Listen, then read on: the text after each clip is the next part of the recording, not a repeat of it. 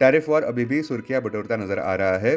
Negative बात रातों रात ये रही कि नैस्डैक नीचे आया करेक्शन टेरिटरी में, जहां पे S&P 500 भी नीचे गिरा अपने 200 डे मूविंग एवरेज के। अब टेक्निकली अगर देखें तो निफ्टी का सबसे अहम एक और ब्रेक सपोर्ट 22,200 मार्क पर है।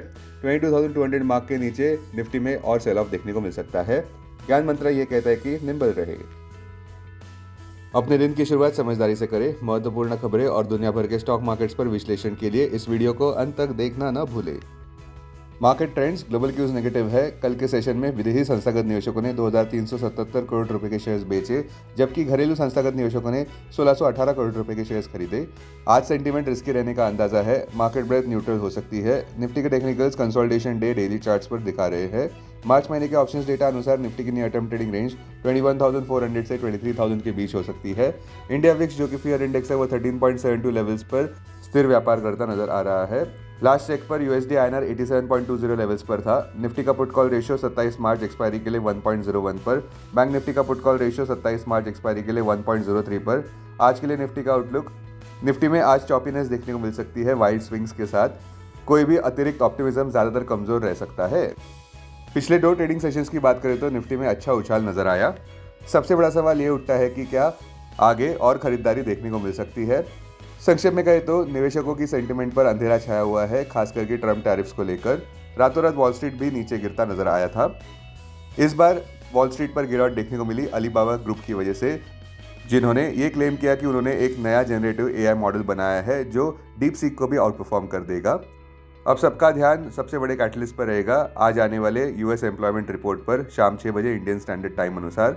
इस रिपोर्ट के अनुसार अगर US इकोनॉमी में कोई भी कमजोरी नजर आई तो रिसेशन का डर पनप सकता है और स्टॉक्स और नीचे गिर सकते हैं। अब टेक्निकली अगर देखें तो निफ्टी क्लोजिंग प्राइस 22,545, सबसे बड़ा सपोर्ट निफ्टी के लिए 22,237 मार्क पर।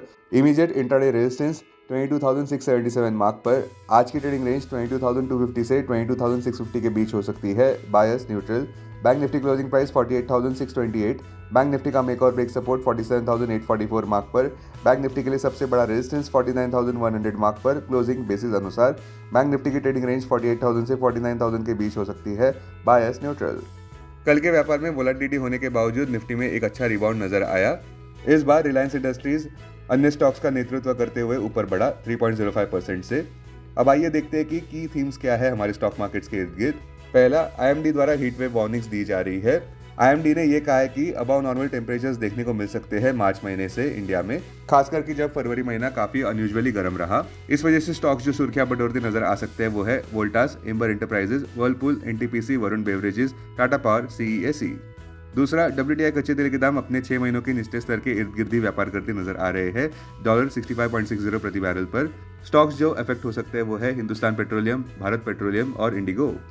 अच्छी बात यह है कि कॉपर प्राइसेस $4.78 प्रति पाउंड पर ऊपर बढ़ चुके हैं, जो कि पिछले 9 महीनों के सर्वोच्च स्तर के इर्द गिर्द व्यापार करते नजर आ रहे हैं, जब US प्रेसिडेंट डोनाल्ड ट्रंप ने कहा कि वे कॉपर इंपोर्ट्स पर टैरिफ्स लागू करेंगे। कृपया ध्यान दें कि US लगभग अपना आधा कॉपर इंपोर्ट करता है।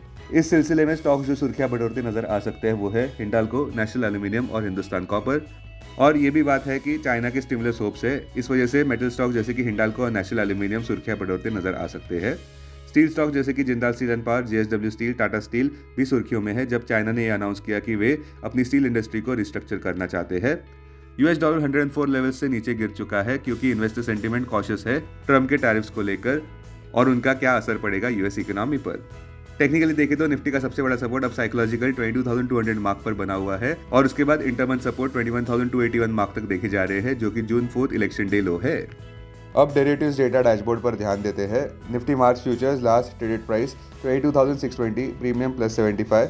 Put call open interest ratio Nifty 27 मार्च एक्सपायरी के लिए 1.01 पर। बैंक निफ्टी 27 मार्च एक्सपायरी के लिए 1.03 पर। Maximum call open interest Nifty के लिए 31,000 स्ट्राइक प्राइस पर और उसके बाद 23,000 स्ट्राइक प्राइस पर। बैंक निफ्टी के लिए maximum call open interest 52,000 strike price पर। Maximum put open interest Nifty के लिए 22,000 और उसके बाद 22,500 स्ट्राइक प्राइस पर। बैंक निफ्टी के लिए maximum put open interest 46,000 strike price पर। Futures 1 day highest open interest change पर ध्यान देते हैं। लॉन्ग बिल्डअप में PFC, REC, Power Grid, Pidilite.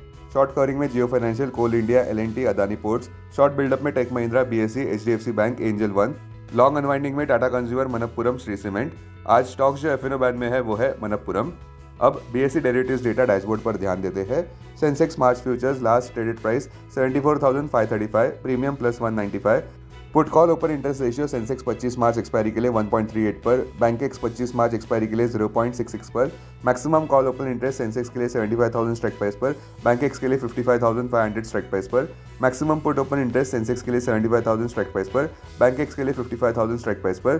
Technically देखें तो सेंसेक्स क्लोजिंग प्राइस 74,340, सपोर्ट 73,300 और उसके बाद 72,600 मार्क पर, रेजिस्टेंस 75,001 मार्क पर और उसके बाद 75,800 मार्क पर। रेंज 73,700 से 74,790 के बीच हो सकती है। Bias neutral. 21 DMA 73,553 मार्क पर, 50 DMA 73,785 मार्क पर, 200 DMA 75,886 मार्क पर। Investments in security markets are subject to market risk. Read all the related documents carefully before investing. This content is purely for information and educational purpose only and in no way to be considered as an advice or recommendation.